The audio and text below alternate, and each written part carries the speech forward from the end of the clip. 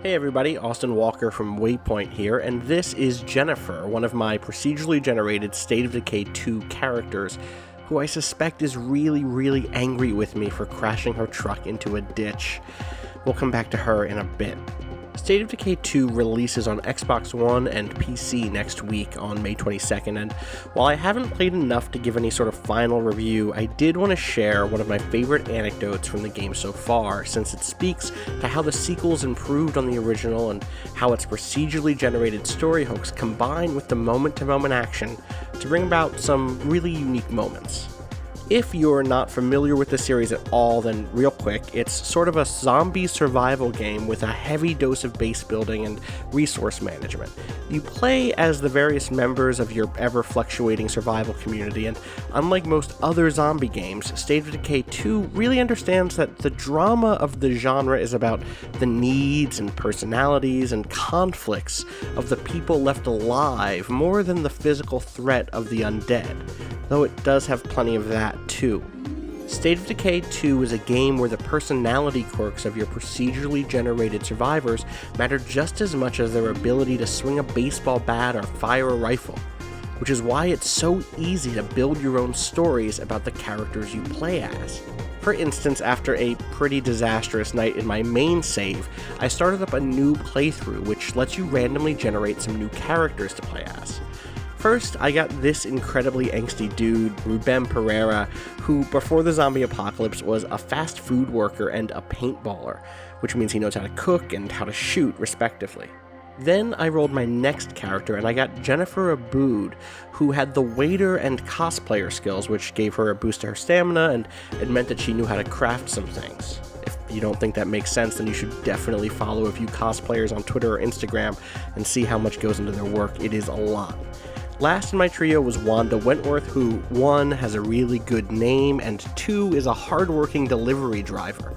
You can more or less guess what that might mean for her skills. Now, I know that most fast food restaurants don't have waitstaffs or delivery drivers, but come on, it's right there, right? Clearly, Jennifer, Wanda, and Romp used to work at some sort of restaurant together, and when the shit hit the fan, they hopped into a truck and took off to find somewhere safe. Don't get me wrong, State of Decay 2 doesn't recognize this backstory I've come up with. Beyond the traits and the stats, their relationship is all in my personal headcanon. But it's exactly the sort of game that encourages you to tell those kinds of stories by filling in the gaps. Case in point, a few hours after I made this group, I rescued Bill, a sketchy-looking CEO who spent the weeks right after the apocalypse living on spoiled food. It's so easy to imagine that he was their old boss, or their old boss's boss, or etc. If it isn't clear, all of these traits, driver and paintballer and CEO, they give stat bonuses, but they also create this sense of flavor that makes me really invested in these characters. All of that adds to the tension when bad luck and worse decisions start to get them and me in trouble, which brings me back to that truck. A little while after we set up camp in an abandoned home, Jennifer spoke up about the serious lack of building materials we had in storage, which prompted a mission to remedy the situation. That mission wasn't scripted, even though her dialogue obviously was. It popped up because she had the potential to level up and become a builder, which is a class of community leader that focuses on, building the best base possible. The mission in question is pretty simple. Go to a nearby warehouse and recover at least 2 rucksacks of building materials. Now, normally you can only carry one of these big resource-filled duffel bags at a time, but if you have a car or a truck, then you can load those into the trunk, which is partly why vehicles are so important in State of Decay 2. So, I swung by the warehouse, I took care of a few zombies nearby, and I found to my surprise not 2, but 6 rucksacks filled with building materials, medical supplies, food, and other important stuff. So far, so good. But as I was loading stuff into the truck, I spotted 2 zombie hordes on my minimap, and they were closing in on me. Worse, among the encroaching enemies were some special red-eyed blood plague zombies which could infect me and turn me into one of them without actually getting a killing blow in. So, I admit it, I panicked, I raced back to the truck, I floored the gas, and I wound up stuck in a ditch, propped up by a rock, my tires spinning in the open air, and 6 super important rucksacks still in the trunk. I was way too far to start running those rucksacks back to my base one at a time, and the night was closing in. You need to understand that nighttime in State of Decay 2 is not just like the light blue filter you get in most other games. It is dark. It totally changes situations that would normally be no problem into tense and even scary encounters. So I did what anyone would do in a horror movie situation like this. I decided to walk up to the highway and head out into the night. I broke into small shacks, I climbed up onto billboards to scout for new equipment, and at one point I raided a fuel depot in hopes of finding a new truck. No luck, mostly just fuel in the fuel depot. While all this was happening, the game's social simulation kept playing out in the background, which meant that my other characters back at home kept on eating away at our reserves of food, and they dipped deeper and deeper into our cache of ammunition until it was nearly all gone.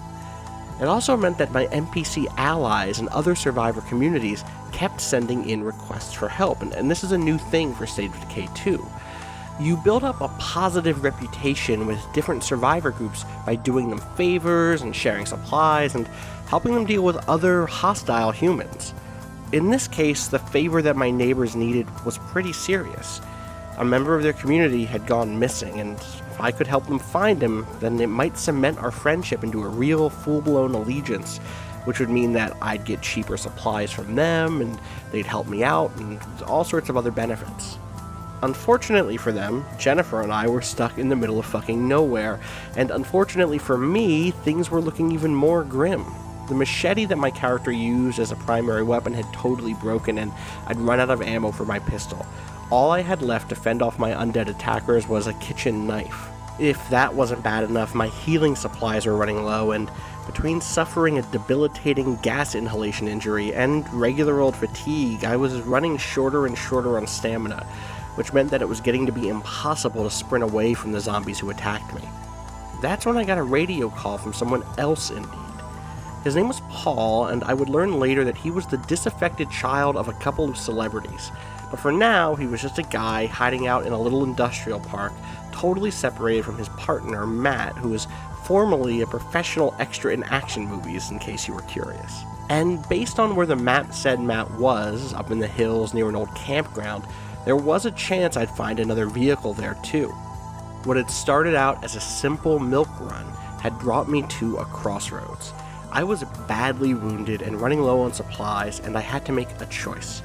Do I give up on my character's personal mission, hoof it back to the nearest outpost, switch to a new character, and rush to help my neighbors find their missing survivor, keeping that relationship afloat? Or do I roll the dice with Paul and Matt, hope to find another vehicle without dying, and selfishly take another step towards establishing Jennifer's place as a renowned leader in the region? 20 minutes later, as the sun broke over the horizon, I loaded the last of the rucksacks into the truck and started heading home.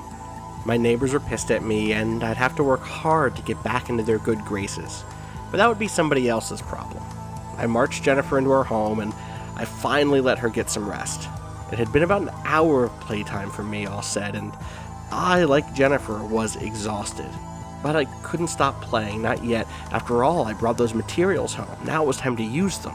Should I upgrade my communications center, or maybe I could build a new garden? There is a lot to do in State of Decay 2, and a lot I haven't seen yet. I'm nowhere near ready to offer any sort of comprehensive review or any sort of final thoughts. Hell, I haven't had time to even try out multiplayer yet. But what I can say is that my first 10 hours with the game have been filled with exactly the sorts of memorable characters and challenging decisions that made the first State of Decay so good. Here's hoping that it can keep it up.